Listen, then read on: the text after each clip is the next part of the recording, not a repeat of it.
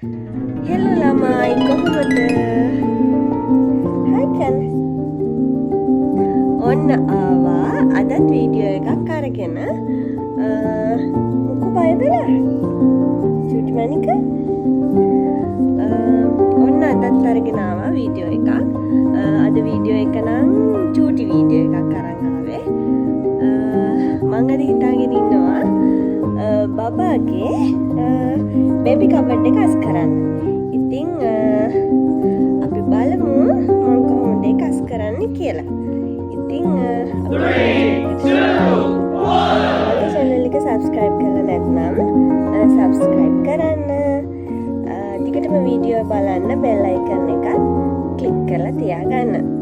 ඉතින් ටිකටම වීඩියෝ එකත් එක්ක එකතු වෙලා ඉන්න කියලා ඔයාලගෙන් ආදරෙන් ඉල්ලනවා. ඉතින් ඔන්න ඔය විදිහේ කබඩ් එකක් මං හිතනවා චූටි බබෙක් ඉන්න හැම ගෙදරකම ඇති කියලා. ඔය විදිහට තමයි ඉතින් මගේ කබඩ් එක තියෙන්නේ. ගොඩ දවසකින් අස් කරන්න බැරි වුණා. පේනවනේ තියෙන හැටි.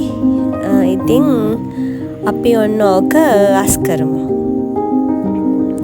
ගොඩ දවස් මං හිතින් අස් කරන්න ඕනි කියලා. ඒ වුණාට මේ මොනා හරි හින්දා අමතක වෙනවා. මගේ ටකරම් වොයිස් එක ගැන හිතන්න එපා ළමයි. අසනීප වෙලා ඉන්නේ තාම හොඳ නැහැ.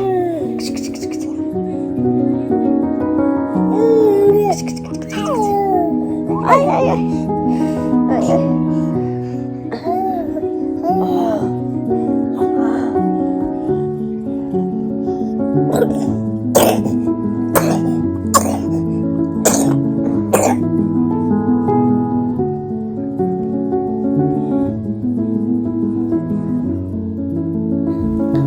මං අද ඔයගොල්ලොත් එක්ක කතා කරන්න හිතුවා තව පොඩි මාතෘකාවක් ගැන. ඒ මොකද්ද? ඒක තමයි නැන්දම්ම සහ ලේලි ප්‍රශ්නේ. ඉතින් මම නම් දැන් මෙඩිකල් අවුරුදු 4කටත් කිට්ටු වෙන්න එනවා. මට නම් මේ වෙනකන් එහෙම කිසිම ප්‍රශ්නයක් වෙලා නැහැ. හැබැයි ගොඩක් පවුල්වල තියෙන දෙයක් තමයි ඔන්න ඔය ප්‍රශ්නේ. ඉතින් ඕකට මම හිතන විදිහට ප්‍රධානම දේ තමයි තේරුම් නොගැනීම. ඒ කියන්නේ නැන්දම්ම ලේලිව තේරුම් ගන්නෙත් නෑ, ලේලි නැන්දම්ම තේරුම් ගන්නෙත් නෑ. මම හිතන විදියට ඔතනදි වෙන්න ඕනි ලේලි තමයි නැන්දම්මව තේරුම් ගන්න ඕනි. මොකද ඒගොල්ලෝ වයසයිනේ. අපිට හිතන්න පුළුවන්නේ මේක මෙහෙම වුණොත් මෙහෙමයි කියලා. ඔන්න ඕක තේරුම් ගත්තොත් එහෙම මම හිතනවා ප්‍රශ්න අඩු වෙයි කියලා.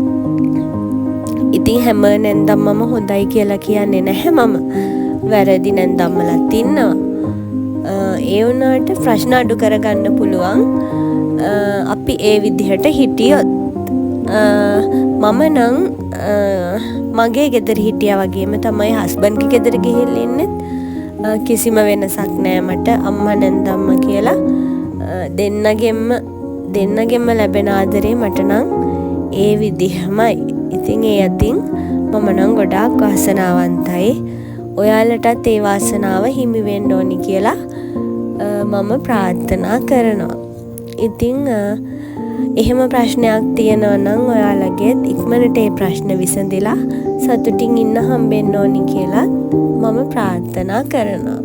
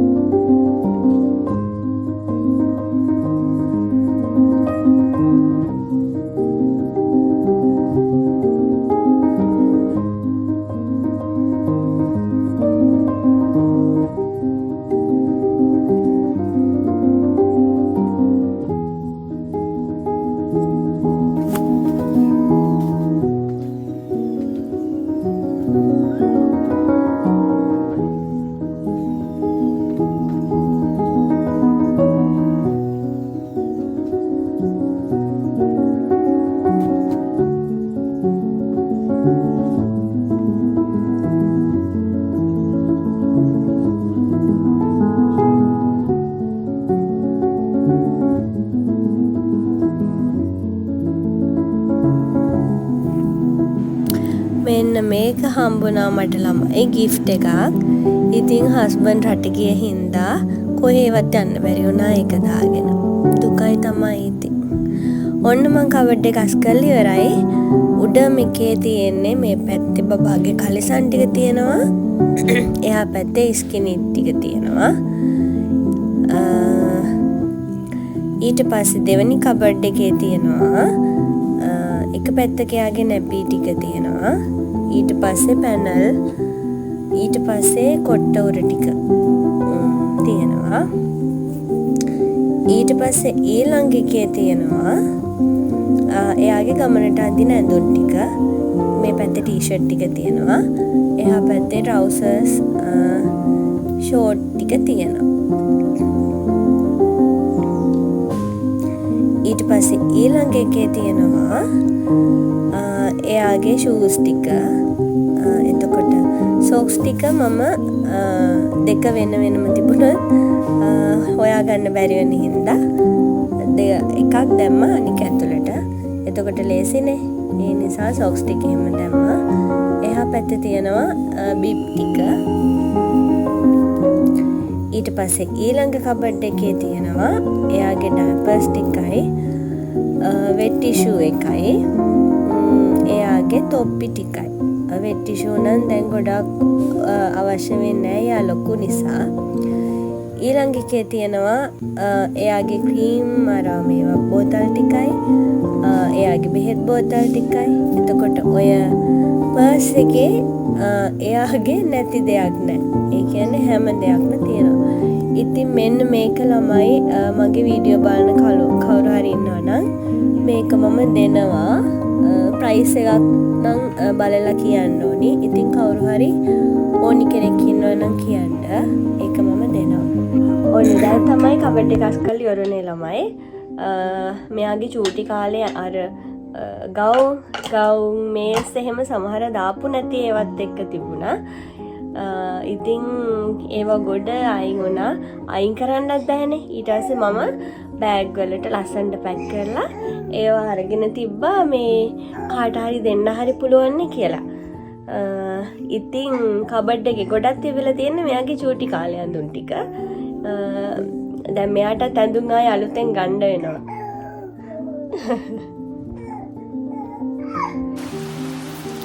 ඉතින් ඔන්න අපිට නම් හොඳටම වහිනවා. පේනවනේ හයියෙන්ම වහිනවා මේ අද නම්. ඉතින් බස් පෑවුවට පස්සේ මම ටවුන් එකට ගියා. මට අසනීපයි කියලා කිව්වනේ. ටවුන් එකට ගිහිල්ලා බෙහෙත් ටිකක් අරගෙන බඩු වගේක් ගන්න තිබුණා. ඒ ටිකත් අරගෙන ටවුන් එකට ගිහිල්ලා ආවා. ඉතින් බඩු කිව්වට පේනවනේ මං අරන් තියෙන බඩු මොනවද කියලා. මම බබාට මෙන්න මේ බේබි රස්ක් එක තමයි දෙන්නේ. මේක මංචි එකේ. මංචි බ්‍රෑන්ඩ් එකේ ගහන එකක්. ඉතින් ඒක බබා ආසාවෙන් කනවා. ඔයාලගේ බබාලටත් මොනවා හරි එහෙම බිස්කට් දෙනවා නම් මේක try කරලා බලන්න. එයාලා සමහර විට කයි. අපේ බබා නම් කනවා. ඉතින් ඊට පස්සේ පළතුරු ටිකක් මං අරගෙන ආවා. ওই විදිහට තමයි ඉතින් දවස ගෙවුනේ. ඉතින් වීඩියෝ එක කරද්දී ගෙනාපු පළතුරු වලින් භාගයක් ඉවරයි. පේනවනේ.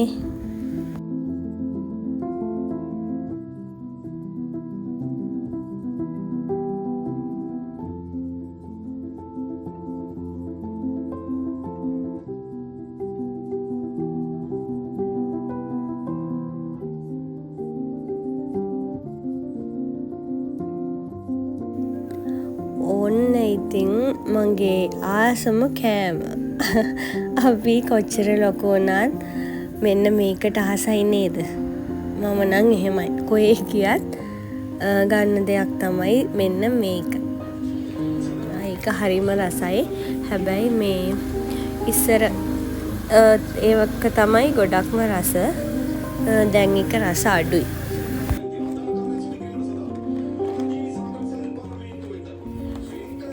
මන්නම් අයවැය බලනවා ළමයි. ඔයාලත් බැලුවද අයවැය? බැලුවා නම් යටින් කමෙන්ට් එකක් දාගෙන යන්න.